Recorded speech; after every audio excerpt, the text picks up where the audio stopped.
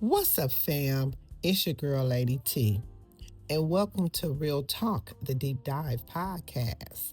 Now, baby, pull your wigs down tight today because this one here, mm, oh, this one finna shake the comedy world up. And let me go on and say this right now. Everybody with a microphone ain't funny. Everybody with a stage ain't a comedian. And everybody laughing in the room don't mean the joke was funny. Now, come on in the room. Let's talk about this. See, there used to be rules in comedy. Back in the day, you roasted each other celebrities, relationships, life struggles.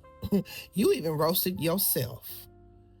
But somewhere along the line, some of these comedians started confusing cruelty with comedy, disrespect with edginess, and ignorance with boldness. And baby, that ain't comedy. That's attention seeking in a blazer. Now, let's talk about this roast situation. And this comedian here, what's his name? Tony Hinchcliffe. Now listen, I had never even heard of this man before this mess. Or let me rephrase that. I had never even heard of this dude before this mess. But apparently, he thought bringing up George Floyd during a comedy roast was supposed to be funny. Hee hee, ha ha, whatever. Now, wait one damn minute. See, this is where I got confused. Because what exactly about a man dying was comedy material? I'm trying to understand who in the writer's room said, yeah, that's the joke right there. Like who? Because, baby, the room should have got quiet like church after that. And then here comes Kevin Hart, the center of all the tension, right? Laughing so hard. I swear, all 98 of them pearly chiclet ass teeth almost fell out his damn mouth. Baby, he was over there laughing so hard, tonsils almost clocked in for overtime. I said, sir, are you okay? Somebody get Kevin a juice box and a napkin, quick. See, this is what people don't understand. Comedy can push boundaries. Comedy can be edgy. Comedy make people feel uncomfortable sometimes. But there's a difference between clever comedy and disrespecting trauma. Because George Floyd wasn't some fictional character, he was a real man. It was a real death, a real moment that impacted millions of people around the world. So when folks casually toss his name into punchlines, people got every right not to laugh. Now see, this is why audiences matter. Because back in the day, when somebody crossed the line, the audience let you know. Boo! Throw tomatoes at your ass real quick. And you got sent right on up out of there. But now everybody's scared to stand up and say, nah, that ain't funny. Now, Kevin,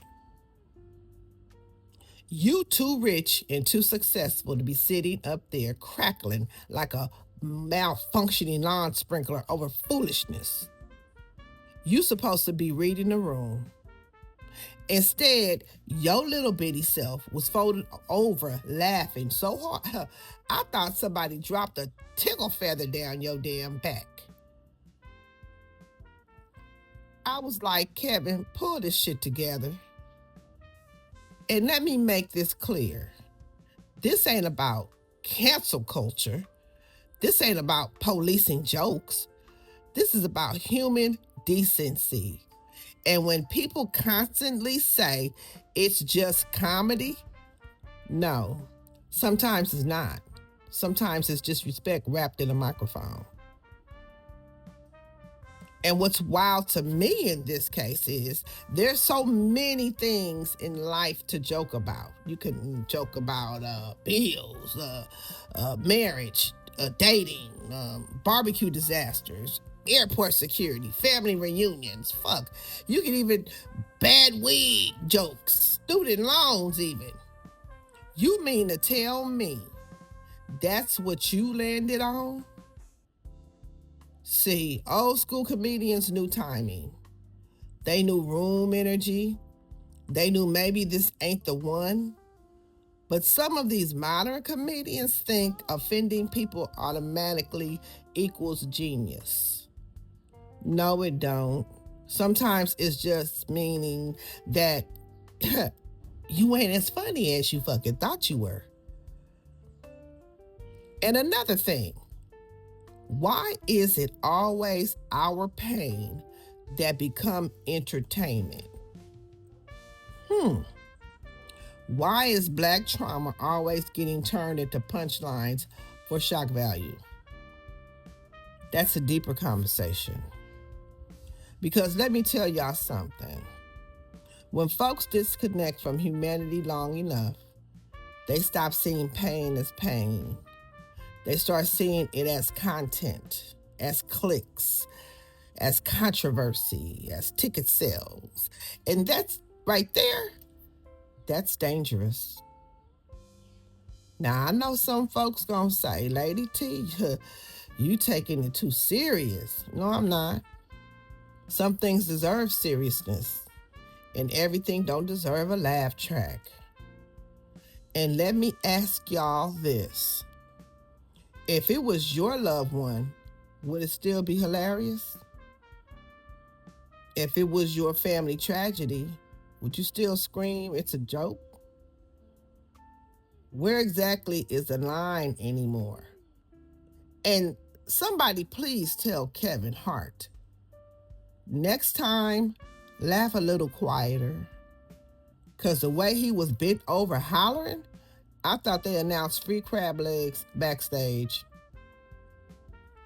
Now, let me say this before I get out of here.